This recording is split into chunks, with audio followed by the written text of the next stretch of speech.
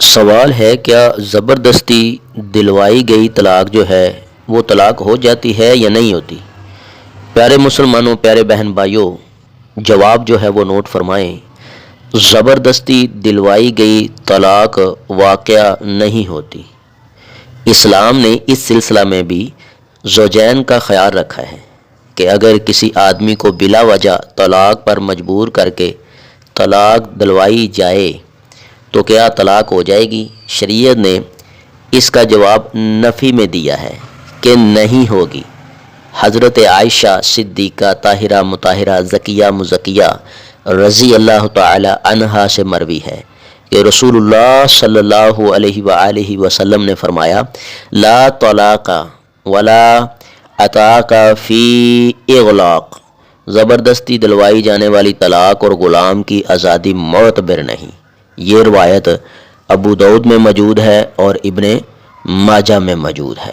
حضرت ابن عباس رضی اللہ تعالی عنہ کا قول ہے کہ حالت نشہ میں موجود انسان اور مجبور انسان کی دی ہوئی طلاق جائز نہیں ہے۔ یہ بخاری شریف کی روایت ہے۔ خلاصہ جو ہے وہ نوٹ فرمائیں۔ سوال تھا کہ زبردستی دلوائی گئی طلاق گن پوائنٹ پہ یا کسی بھی طرح مجبور کر کے بندے سے طلاق دلوائی جائے تو وہ واقعہ ہو جائے گی۔ وہ مجبور ہو کے، دلی طور پہ نہیں، دل کے قصد سے نہیں، دل کے ارادے سے نہیں، وہ بہت مجبور ہو کے طلاق دے تو یہ طلاق واقعہ نہیں ہوتی۔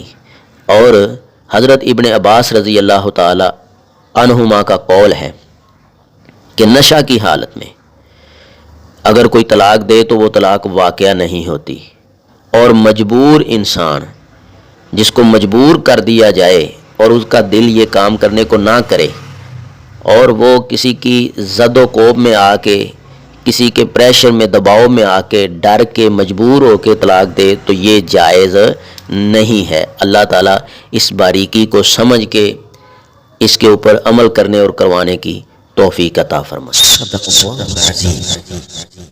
اگر آپ کو اس ویڈیو سے دینی فائدہ ہوا ہے تو حق بنتا ہے کہ آپ اس اسلامی چینل کو لازمی سبسکرائب کر دیں، لائک کریں اور کمنٹ میں اپنے خیال کا اظہار کرنا مت بھولیں۔